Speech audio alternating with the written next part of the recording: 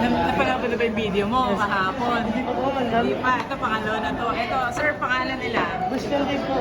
Good afternoon, everybody. Ito, ang pinakamasipag dito sa High Mall ng Timpula branch ng Magdasala. Ayan ang pinakamasipag dito. Sir, ilang taon ka na dito sa Magdasala? Ano pa lang po, 1 month pa lang po ako. Sipag. Ano po, wala na pong kulang, no? Ano na lang, isa kalamansi. Kalamansi po, meron na po kalamansi. Dahil po ang... Kunin ko na po yung number. Salamat. O ayan, ito ang aming lunch break. Kasama ko naman ngayon yung aking very handsome na bunso. Well, meron kaming palabok as usual. Lempo. And patingin nga ng sisig mo na. Sisig nila. Sabaw at mga condiments. So, itong lunch namin, it's fine, it's fine. Siyempre yung halo-halo, hindi mo mawawala regular size. Thank you po.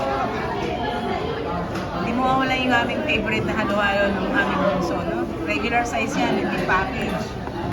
So, para sa meal namin today, ngayong lunch, time check at 12:35 p.m.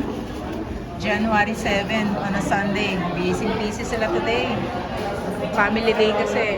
Yan, punong-puno ang kanilang restaurant. We are on the second floor, by the way. At sa baba, punong-puno din. Okay? So, ganyan dito pag Sunday, family day. So, let's see magkano yung ating lunch for today. Okay? Para sa aming total, it's 597 pesos. So, sa dami nito, napaka-affordable naman ang pagkain dito sa Magdasala as usual. At hindi lang yun, masarap pa, malasa. Mabilis pang service nila at mainit ang pagkain. Alam, hindi ka nag-only rice? Okay. Nga naman, may Java rice siya. So, yung liempo, na may Java rice, this is 245. Yung palabok nila is 75 pesos. At yung kanilang sisig is 99 pesos. Kasamang rice. Yung halo-halo, yung dalawa is 178 pesos. So, sa presyong 597,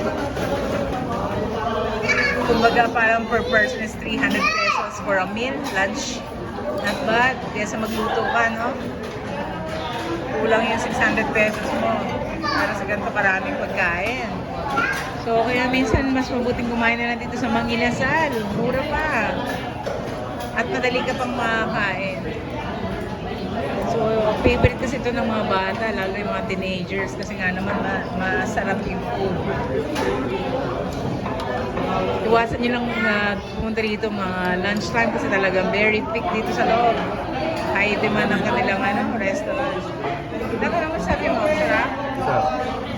Yung nga lang yung coke nila is walang spirit, kaya very flat.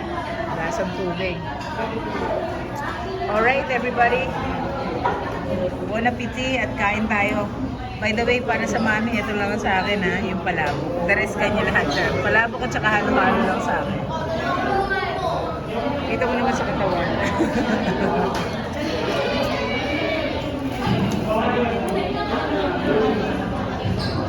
Very loaded nga pala ang kanilang halo-halo, by the way. Lahat mayroong sangkap na kompleto hanggang sa bottom niyan. May laman ng mga beans, sago, nata de coco, banana.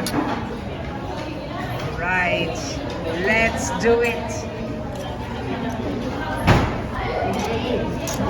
Thank you, na. Yung iba sa sa halo-halo. Yung iba sa halo-halo. Pagpatungin mo na lang. Ayaw mag-send.